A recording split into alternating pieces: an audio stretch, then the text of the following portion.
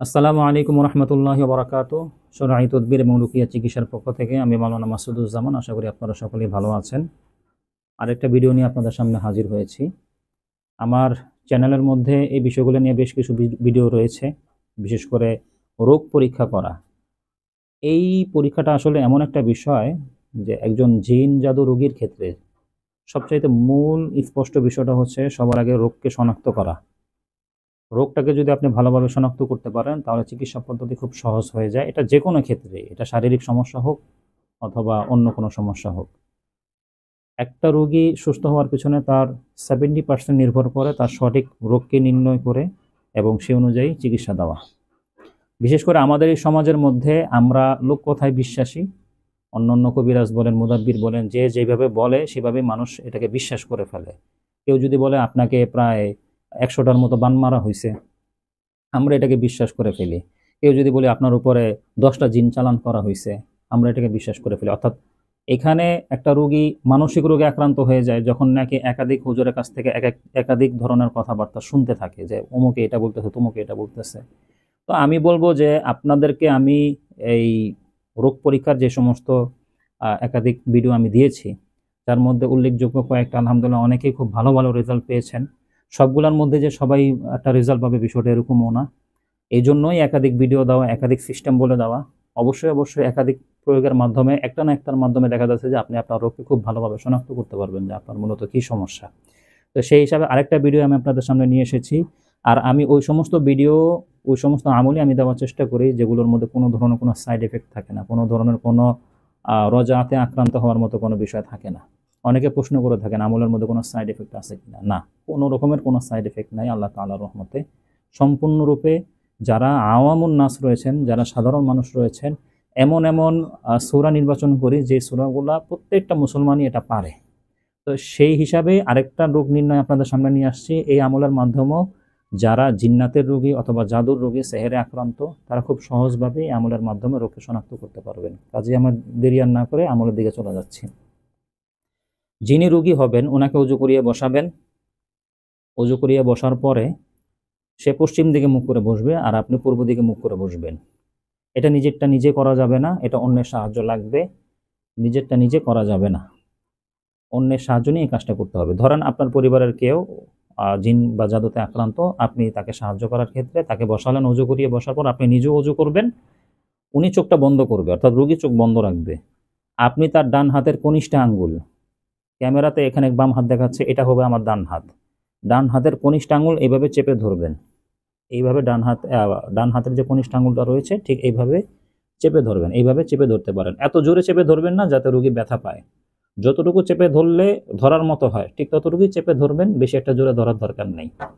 এইভাবে ধরে আপনি জোরে জোরে দুরূদ শরীফ পড়বেন, অর্থাৎ ওই দুরূদ শরীফ যেটা আমরা তাশাহুদের মধ্যে পাঠ করি, শেষ বৈঠকে পাঠ করি, দুরুদে ইব্রাহিম অনেকে বলে থাকেন।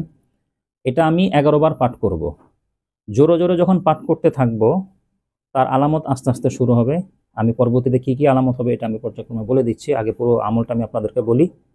11 বার দুরূদ শরীফ পাঠ করার পরে, শেষ হওয়ার পরে এরপর আমরা সূরা ফাতিহা পাঠ করব 7 বার।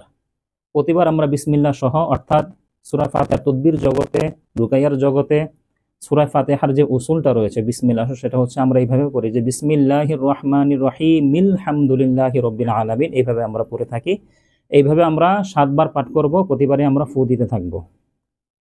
পুনরায় 11 বার দুরূদ শরীফ পড়ব, অর্থাৎ শুরুতে যে দুরূদ শরীফ আমরা পড়েছি ঠিক একইভাবে আমরা 11 বার দুরূদ শরীফ পাঠ করতে থাকব।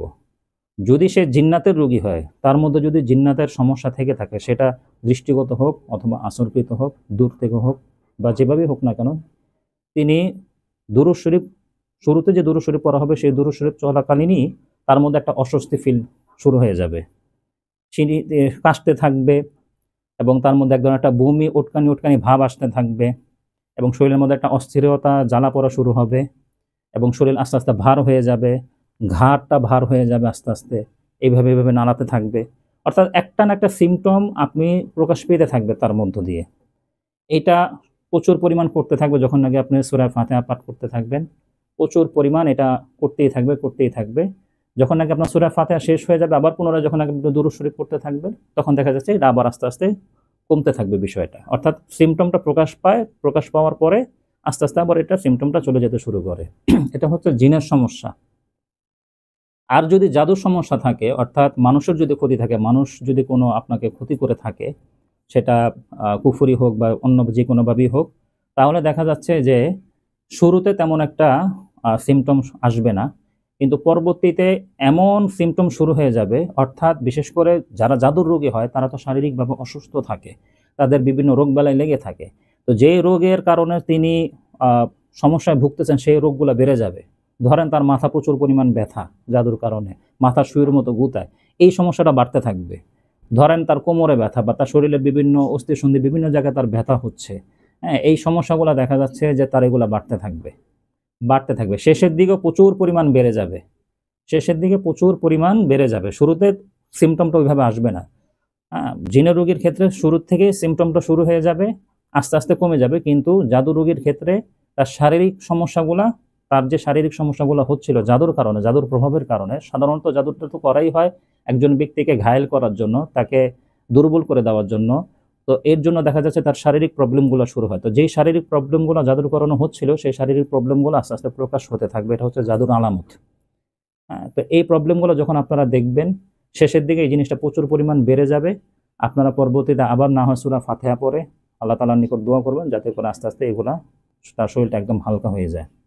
তো এইভাবে আপনারা একটা জিন এবং জাদুর রোগকে নির্ণয় করতে পারেন সুন্দরভাবে। এইভাবে হাতটাকে এইভাবে ধরে সুন্দরভাবে আপনারা এটা করলে আপনারা জিনের সমস্যা নাকি জাদুর সমস্যা, একটা জিনিস মনে রাখবেন, জিনের সমস্যা বেশিরভাগই হচ্ছে প্যারানর্মাল সমস্যা, আর জাদু সেহেরের সমস্যা হচ্ছে শারীরিক প্রবলেম হয়, এই জাতীয় সমস্যাটাই বেশি প্রকাশ পেয়ে থাকে।